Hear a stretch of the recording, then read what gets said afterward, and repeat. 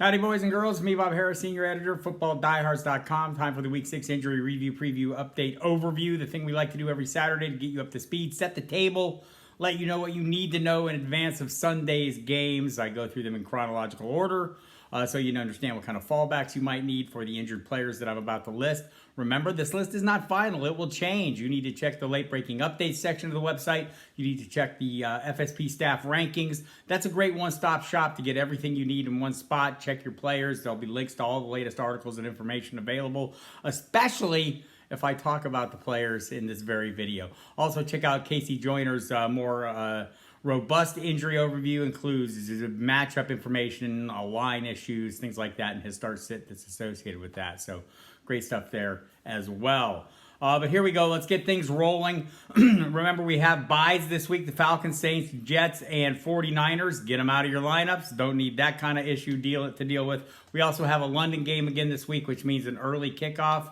I believe it's going to be a 9:30 kickoff again. Let me double check that so I don't say something stupid, because I often do.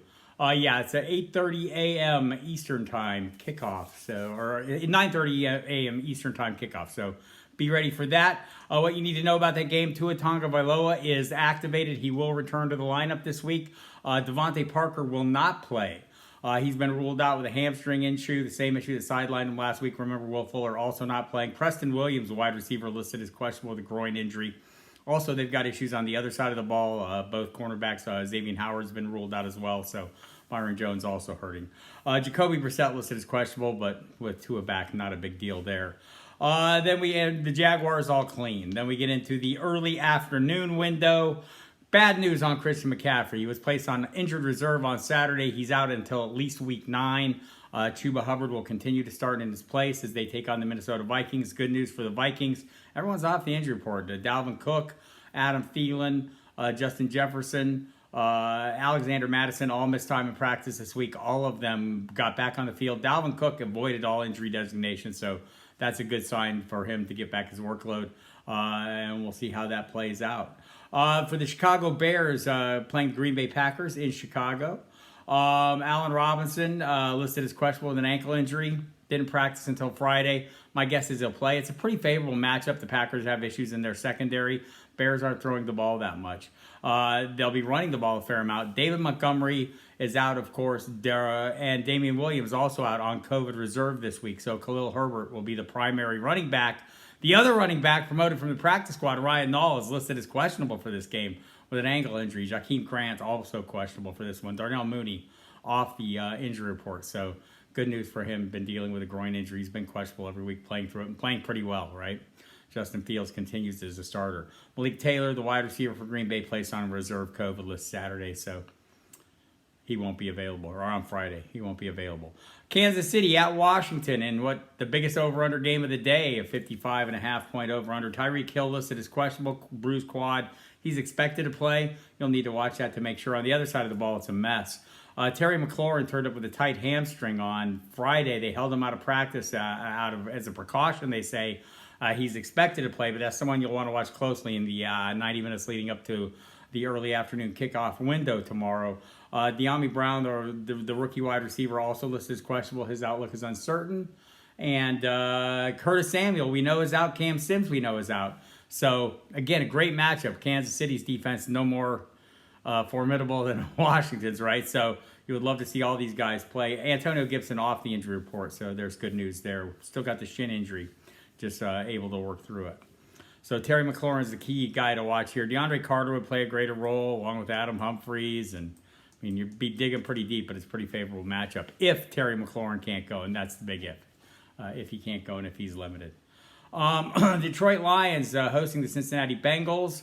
DeAndre Swift, Jamal Williams, TJ Hawkinson, all listed as questionable. They've been questionable most every week. Swift certainly has been questionable every single week with the same issue. It's been lingering since August. He's been playing super well despite the injury, so I would expect that to continue. Hawkinson has been a struggle with the knee the last couple of weeks. He got back on the practice field a little earlier this week. Maybe that works in his favor. Williams missed one day of practice. He has a hip injury, but also due to illness. So he came back Friday. My guess is he'll be good to go in this one. Should be just fine. Joe Mixon at Detroit is listed as questionable. He's expected to play. Zach Taylor, the coach, said he was going to handle a full workload. Why? Because Samaje Perine, his direct backup, is on the reserve COVID list, will not be available this week. Rookie Chris Evans, Travion Williams, both will be available behind Mixon, but expect Mixon to be the only game in town. Joe Burrow, by the way, had the throat issue, worked fully all week. They're going to work on a lot of silent counts and stuff, so should be no issue there at all. The Indianapolis Colts are taking on the Houston Texans in Indy. T.Y. Hilton will return. They activated him off IR on Saturday, and he'll play, and he's always played great against the Texans. Check the website. I have a big article on it. Great history against them. Rodrigo Blankenship has been placed on injured reserve. He will miss the next 3 games. Michael Badgley has been signed. He'll be promoted from the practice squad today to handle the kicking tomorrow and probably going forward, assuming he does a reasonable enough job. On the other side of the ball, Danny Amendola and Rex Burkhead both listed as questionable. Neither of them are frontline players in this offense, so be something to watch, but not get too excited about, right? And Tyrod Taylor, he's eligible to come off, but he did not come off IR this week, so when he does return, he will be the starter ahead of Davis Mills, who played well last week, right? The New York Giants hosting the Los Angeles Rams. No Saquon Barkley, no Kenny Golladay. Both ruled out in advance of this game. Barkley, you saw last week, the sprained ankle. Couldn't miss another game. But Golladay, they think missed a serious issue. Maybe missed this game and no more. Kadarius Toney and Darius Slayton both listed as questionable for this game. And I'm guessing both will play. Sterling Shepard off the injury report, so he's good to go. Coming off the hamstring issue, same as Slayton. John Ross also in the mix there, and among other guys. Devontae Booker will take over at halfback. Daniel Jones off the injury report, that's the big one there. So that's good news for them. Had the concussion, worked through the protocol. Didn't seem to be any issue. He was cleared on Friday off the injury report. The Los Angeles Chargers traveled to Baltimore for an early afternoon window kickoff. Mike Williams, it's the one to watch. Didn't practice at all this week. Brandon Staley said they were just kind of monitoring him, trying to, go easy. He's got some inflammation. He's been a great play.